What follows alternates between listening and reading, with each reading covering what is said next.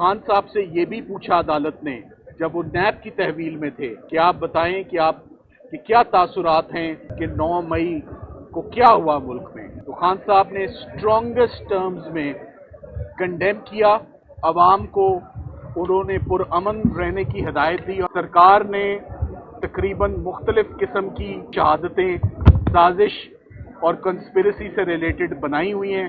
आज तमाम की तमाम शहादतों का पोस्टमार्टम कोर्ट के अंदर किया गया।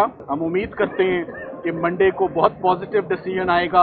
इमरान खान साहब के आखिरी मुकदमात में भी उनको रिलीफ मिलेगी। जितने मुकदमात आज दिन तक थे वो उनकी कानूनी टीम ने सब के सब खत्म कर चुकी हुई है, मां सिवाय इन 8 मुकदमात के जो बिल आखिर फाइनली बहुत मुश्किल से आज हमारी तरफ से आर्ग्यू हो गए हैं, जबकि सरकार की जानिब से दलाइल देना बाकी हैं, जो कि मंडे के लिए अब ये केस फिक्स हुआ है, जो कि हमें उम्मीद है, हम उम्मीद करते हैं कि मंडे को इस पर फैसला आएगा और बड़ा पॉजिटिव फैसला आएगा।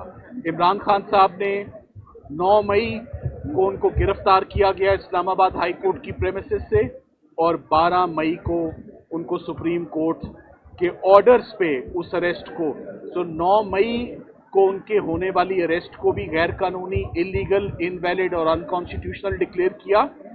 और उसके बाद खान साहब से ये भी पूछा अदालत ने जब वो नैब की तहवील में थे, दुनिया से डिस्कनेक्टेड थे, इनकम्युनिकेंडो थे, कि आप बताएं कि आप कि क्या तासुरात हैं या आपका क्या मौक़िफ़ है कि 9 मई को क्या हुआ मुल्क में। तो खान साहब ने स्ट्रॉन्गेस्ट टर्म्स में कंडेम किया और फौरन अवाम को उन्होंने पुरअमन रहने की हिदायत दी और उन्होंने कहा कि मैं जिस पार्टी से ताल्लुक़ रखता हूँ, हम वायलेंस में और हम इस किस्म के एक्शंस में बिलीव ही नहीं करते, रादर रूल ऑफ लॉ में बिलीव करते हैं।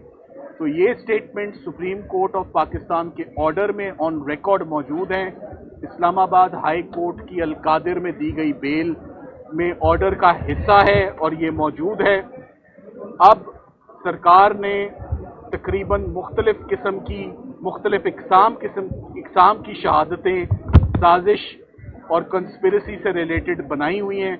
आज तमाम की तमाम शहादतों का पोस्टमार्टम कोर्ट के अंदर किया गया और अदालत ने देख लिया कि उनमें कितना दम है। हम उम्मीद करते हैं कि मंडे को बहुत पॉजिटिव डिसीजन आएगा।